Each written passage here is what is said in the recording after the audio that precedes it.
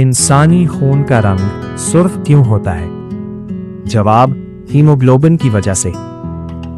इंसानी जिस्म में कितना खून होता है?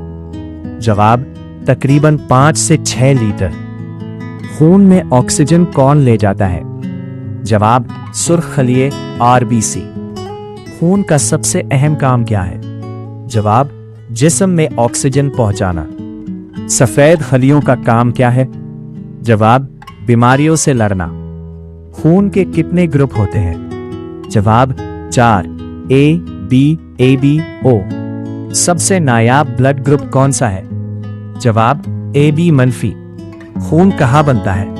जवाब, हड्डियों के गूदे में। खून का दर्जा हरारत कितना होता है? जवाब, तकरीबन 38 डिग्री सेंटीग्रेड। ऐसी ही हैरान कुन मालूमात के लिए अभी लाइक करें और सब्सक्राइब करना ना भूलें।